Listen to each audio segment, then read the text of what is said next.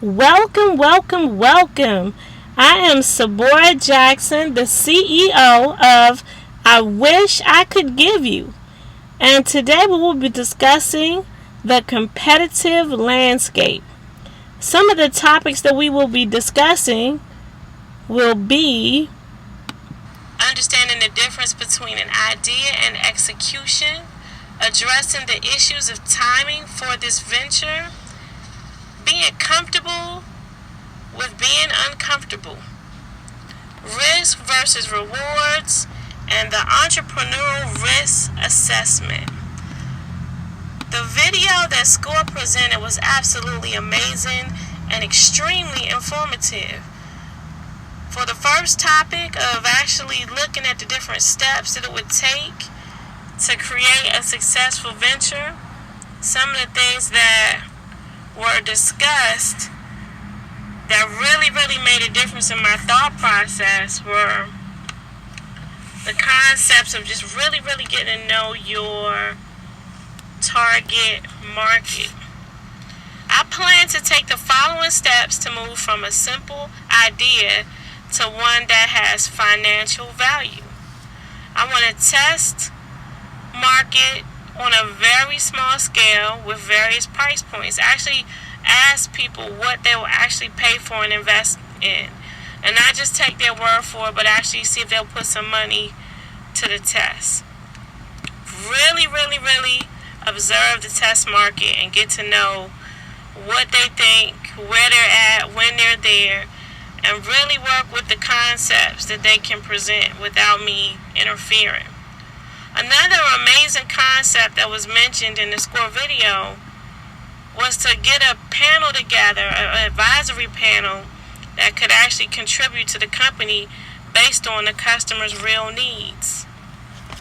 Another amazing observation that I learned was to value my employees and reinvest in them. And after doing years and years of research, to know the value of why a person really works makes a difference for employee retention.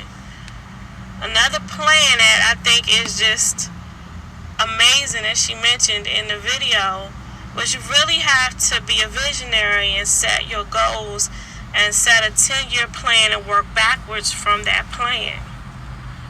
So, one last step I plan on making to help the business be extremely successful will be creating an entity that is self-sustaining, customer-driven, and definitely makes a profit.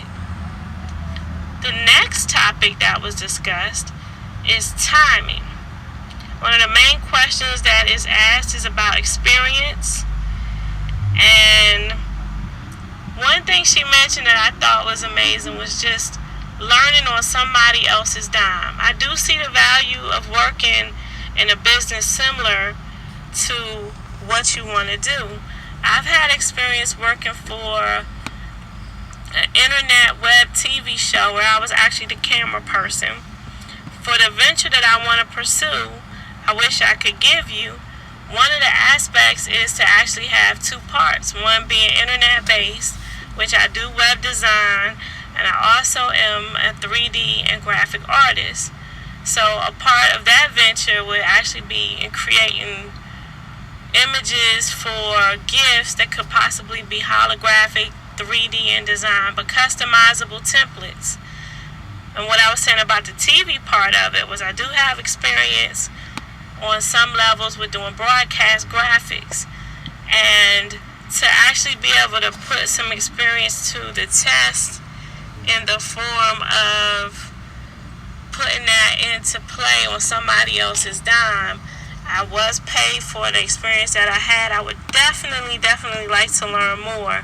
I've had a couple opportunities to work at some radio stations and TV stations where they do green screen technology, which is something else that I absolutely love. So I'm looking forward to learning more based on those two things. Finances is the next topic.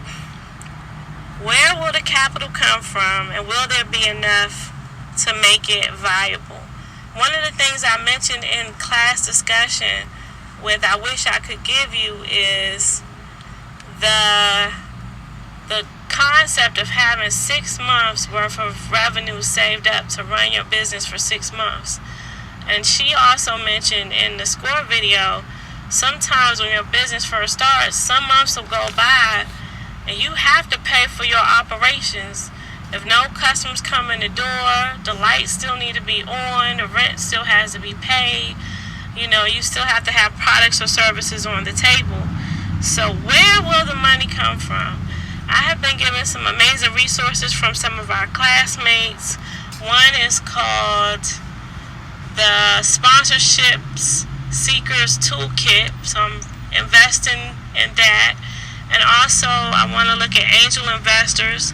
I'm working on selling shares for the company right now, and I'm working on a couple other research as far as just corporate funding, because I definitely am not in a position right now to pay 6 months for the working operation of the company. But it's a learning process, and I'm definitely working on it. The responsibilities. I realize that starting a business, especially one of an internet nature and a television nature, will have a serious time investment. And I am seriously considering the concept of letting the business be self-sustaining, in that it will not need me 100% of the time to run. I really want to invest in quality people that can work and be passionate about the same concept and be excited about giving just as I am. So when I'm not there, the company can still run and run well. So the responsibilities of time and money, I have definitely put them into consideration, and I am looking and doing more research on how I can, as a wise person told me, you have to learn how to reduplicate yourself in business. Networking. That is one subject that I'm extremely good at. I probably have over 5,000 to 10,000 business cards in my possession right now. And I realize the value of people as an asset. Sometimes when you don't have a certain anything, a person can actually help you in that situation. And I realize and recognize the value of relationships and how important it is to build lasting and amazing relationships with other businesses, other people, and other viable services that are working on that behalf. The next topic is a very interesting and amazing topic. It says, can you be comfortable with being uncomfortable? As a person who has slept in a tent for 6 months, a person who's gone without electricity and food and some of the basic necessities that most people feel that they just have to have, I am extremely comfortable with being uncomfortable. I'm definitely a risk taker, and I really think as positively as I can about most risks, and I know that it's a brighter day on the other side of some of the things that happen in the process of pursuing a business. Even though one thing looks one way 1 minute, it can turn around instantly. And I've had many of those experiences, and I'm looking forward to having more. So I'm extremely comfortable with being uncomfortable. I think it's very important to just recognize your risk factor when you're dealing with just your own personal growth. And a lot of growth can take place in being uncomfortable. As far as family requirements and financial obligations, I recognize the value of family obligations and the importance of the financial part of it. And I realize that in just starting a corporation, that's going to be very important that I be able to balance work and life and the family that I have. And some of the plans that I want to make really involve setting up a structure that allows me to recreate myself and that helps the business run without me, so that when I can be away for whatever beautiful family obligations I have.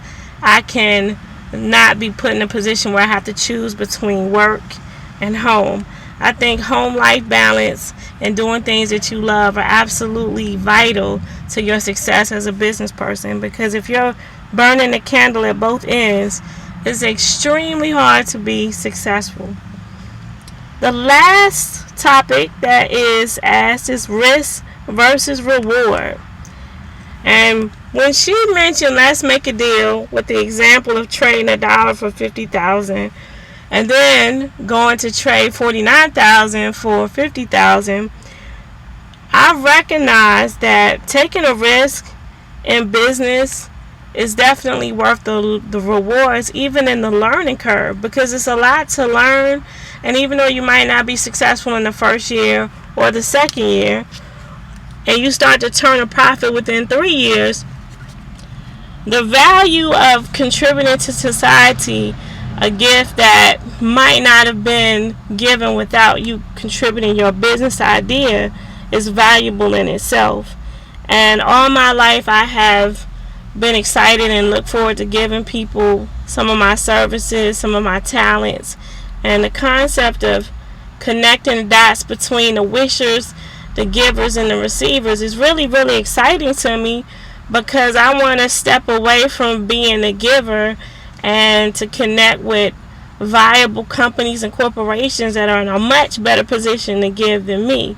And I think it's really cool to have people who can order almost a placeholder of a gift to just give the sentiment of I wish I could give you.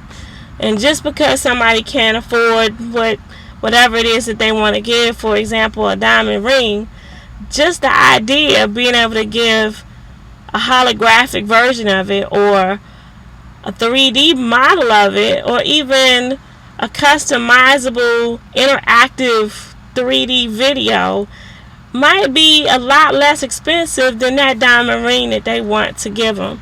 So to be able to supply somebody with a temporary placeholder could be a joy and a reward in itself, and definitely worth the risk. And as far as my own personal risk in business, some of the salaries that I've made in life were very comfortable. And at the point I'm at now, I'm not working for any particular company. So my risk as far as what I would actually lose versus what I would gain, I think it's worth the risk. The last job that I had, I worked as a designer for floor and decor, and I designed half of their showroom, and many of the clients would come in and spend $40,000, and I was making about 12 something an hour. And I remember many of them would say, you need to have your own business. So it was really motivational on some point to know that you can take care of clients, get them to spend $40,000, and it's a possibility that you could do it in your own way with your own business. This project has been more than eye-opening and extremely exciting, and I have learned so much, and I'm looking forward to learning more. So I'm going to conclude my presentation with the thought of the competitive landscape, and state that even with the score, you had to do the evaluation for your business entrepreneurial possibility skills. I received a score of 37, and reflecting over those questions, I definitely learned a lot, and I loved how to end. It wasn't just about you being successful. To have the attitude of me, and I'm successful is not a good attitude to have in business. It's very important to be a team player, to look out for your customers, and to be customer driven.